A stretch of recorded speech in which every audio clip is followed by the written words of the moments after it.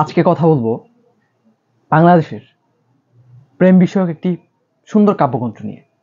মানে একজন মানুষ প্রেমে পড়লে কতটুকু ভাবতে পারে এবং প্রেম ছাড়াও দেশ নিয়ে কিংবা দেশের মানুষ নিয়ে সে কতটুকু চিন্তা করে, ওই ধরনের একটি বই আজকে আপনাদের সাথে নিয়ে কথা বলবো। আমার হাতে এই মুহূর্তে যে বইটা আছে, বইটা লিখেছেন কবির হুমায়ুন এবং বইটার নাম হচ্ছে ভাবনার উদাসীন মেঘ। বইটি প্রকাশ করেছেন বাংলাদেশের আরেক প্রেমিক পুরুষ, তার প্রকাশনার নাম হচ্ছে শব্দহত্যা প্রকাশন। খুবই চমৎকার একটি বই এবং হার্ড কাভার ক্যাটাগরি। মানে বইটা, এই যে প্রচ্ছদটা, এটা হচ্ছে কবির নিজের লেখা। হ্যাঁ, আমি যদি আপনাকে কবির পরিচয়টা দিই, উনি হচ্ছেন, ওনার জন্ম 1 জানুয়ারি 1968 খ্রিস্টাব্দ। ওনার গ্রাম প্রবেশ রূপসদী, বাঞ্ছারামপুর, ব্রাহ্মণবাড়িয়া। উনি পেশায় একজন চাকরিজীবী এবং উনি লেখালেখি, কবিতা, গল্প, ছড়া পছন্দ করেন। উনি ছবি আঁকতে পছন্দ করেন, বই পড়তে পছন্দ করেন, গান শোনা পছন্দ করেন। উনি 11টি বই প্রকাশ করেছেন। তার মধ্যে আমার সবচেয়ে পছন্দ হয়েছে এই বইটা, কবির হুমায়ুন স্যারের এই বইটা আমার সবচেয়ে বেশি ভালো লেগেছে। কারণ আপনি যদি দেখেন একটা বইয়ের মূল দিকটা কি, একটা বইয়ের সবচেয়ে সবচেয়ে বেশি ভালো লাগে বইয়ের বর্ণনা কিংবা বইটার শব্দচয়ন। আপনি যদি শব্দচয়নের দিক দিয়ে দেখেন তাহলে ভাবনার উদাসীন মেঘ চমৎকার একটি কাব্যগ্রন্থ। আপনি চাইলে আমি আপনাদেরকে শোনাতে পারি, ছোট্ট 2 লাইন শোনাবো। আমি বুঝে গেছি আমার নিখাত প্রেম তোমার ঐশ্বর্যের অলঙ্কারে কেবলই ঢাকা পড়ে গেছে। ঐশ্বর্যের বোয়াল গিলে ফেলেছে প্রেমের সরল বিশ্বাস। তবু গিলে ফেলাই কষ্টের উদর অন্ধকারে বসে আমি প্রেমের স্নেহ আজম জপি। মানে মানুষ কতটুকু প্রেমিক হলে এত সুন্দরভাবে প্রেমের উদাহরণ দিতে পারে।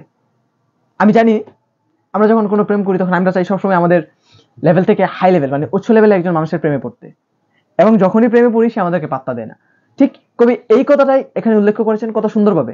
এখানে আমি আমি যদি লিখতাম বা সাধারণ কেউ লিখতো তাহলে এটা লিখতো যে তুমি আমাকে অহংকার করেছো, তোমার অহংকার বেশি। কিন্তু কবি সেটা বলে নাই। কবি বলেছেন আমার নিখাত প্রেম তোমার ঐশ্বর্যের অহংকারে কেবলই ঢাকা পড়ে গেছে। ঐশ্বর্যের বোয়াল গিলে ফেলেছে প্রেমের সরল বিশ্বাস।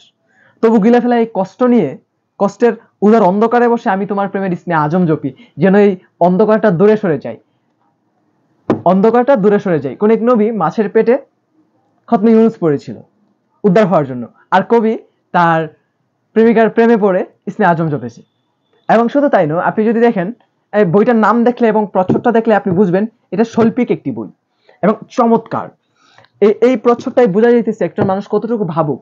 এটা আমি যদি বলি আপনাকে, এবং শৈল্পিক প্রচ্ছদ, এটা খুবই শৈল্পিক। আমি যদি আপনাকে বলি যে একটা মানুষের ভাবনা শক্তি কতটুকু উচ্চ লেভেলের হলে বা কতটুকু ভালো হলে ওই মানুষটা দেশের মানুষ নিয়ে, দেশের জনগণ নিয়ে ভাবে। এখানে আমি পলিটিক্যাল ব্যক্তি না, তো এখানে কিছু রাজনৈতিক সংখ্যক কবিতাও আছে, বুঝতে পেরেছেন? মানে ওনার ভাবনা এতটুকুই যে উনি দেশ নিয়ে, দেশের মানুষ নিয়ে, গল্প নিয়ে, মানুষের চলাফেরা নিয়ে, রাজনীতি টোটাল লেভেলের ভাবে। মানে ভাবনা শক্তি কতটুকু উচ্চ লেভেলের হলে উনি এতটুকু ভাবতে পারে। সো আমি রাজনৈতিক বিষয় ব্যক্তি বুঝি না এবং রাজনীতি বিষয়ে কথা বলবো না। সো বাট এটার মধ্যে রাজনৈতিক অনেক কবিতা আছে, আপনারা চাইলে পড়ে দেখতে পারেন। ওনার এই শৈল্পিক প্রচ্ছদটা দেখলেই বোঝা যায় ওনার ভাবনা শক্তি কতটুকু প্রগাঢ়। আপনি যদি চান আমি আপনাকে ওনার বইয়ের প্রথম কবিতাটা একটু শোনাতে পারি। এটা হচ্ছে, কবিতার নাম হচ্ছে অনুশোচনা। সো এটার শেষের কিছু লাইন, এটার সবগুলা লাইন আমার পছন্দ হচ্ছে, তার মধ্যে থেকে আমি কয়েকটা লাইন আপনাকে বলবো। যে এক অন্ধের লাঠি তারে পথছে নাই, নির্মম পাথর কঠিন চুকে আর হৃদয়হীনা বুকে কতটুকু আশ্রয় মিলে। উদার না হলে স্বাচ্ছন্দ্য আসে না, ভালো কিছু পাওয়ার আগে ভালো কিছু বোঝা পড়া ভালো। অন্তরটা বুঝতে না পারলে দেহটা মূল্যহীন, স্পর্শতার শিহরণে ভালোবাসার ঢেউ জাগাতে হয়। ভালোবাসাহীন সোনার পালঙ্কে নরক সজ্জাবে কিছুই নয়। কষ্টটা লেগে আছে কষ্ট গভীরের বুকে, তোমাকে বুঝিনি এই আমার পাপ, তোমাকে বুঝিনি এই আমার পাপ। পৃথিবীর সমস্ত কথার চেয়ে যেন আমার কাছে মনে হলো কবির এই কথাটা সবচেয়ে উচ্চমানের। মানে আমি আমার প্রেমিকাকে বুঝিনি, এইটি আমার সবচেয়ে বড় পাপ। আমরা প্রায় সময় মানুষ হারাই, মানুষ মানুষকে হারাবে, এটাই স্বাভাবিক। আমরা আসলে মানুষ কেন হারাই জানি না। আসলে মানুষ বোঝাপড়ার কারণে হারায়। আমরা আসলে বোঝাপড়া করি না কোনো সম্পর্কে। আমরা হুট করে চাইলে একটা মানুষের সাথে সম্পর্কে জড়িয়ে যেতে পারি। একটা মানুষের সাথে সম্পর্কে জড়াতে গেলে যে বোঝাপড়াটা দরকার সেটা আমরা জানি না। কবি সেই দিকে মেসেজ দিয়েছেন আমাদেরকে যে ভালো কিছু পেতে হলে ভালো কিছু বোঝাপড়া ভালো। মানে আপনি যদি কোনো সম্পর্কে বোঝাপড়া করেন, অনেক লেখক আবার বলবে যে ভাই বোঝাপড়া করে চাকরি হয়, ডিউটি হয়, প্রেম হয় না। ভাই প্রেম করে বোঝাপড়া হয়, বোঝাপড়া করেও প্রেম হয়। আপনাকে বোঝাপড়ার মতো বোঝাপড়া করতে হবে। আপনি যদি দুইজনের সংসারটাকে ভাগ করে নিন কিংবা সম্পর্কটাকে আলাদাভাবে নিয়ে নিন, তাহলে হচ্ছে কি আপনার সম্পর্কটা ঠিক থাকবে। হ্যাঁ, কখনো নষ্ট হবে না। যেমন আপনি বললেন যে যদি মনে করো আমি কোনো কারণে ভুল করি, তাহলে তুমি আমাকে 3 বার আমার ভুলটা ধরিয়ে দিবে, আমি তোমাকে সরি বলে দেব। তাহলে হচ্ছে কি আপনি যদি কোনো ভুল করেন, তাহলে উনি আপনাকে ছেড়ে যাচ্ছে না, কারণ এটা কথা হয়ে গেছে যে উনি ছেড়ে যেতে পারবেন না।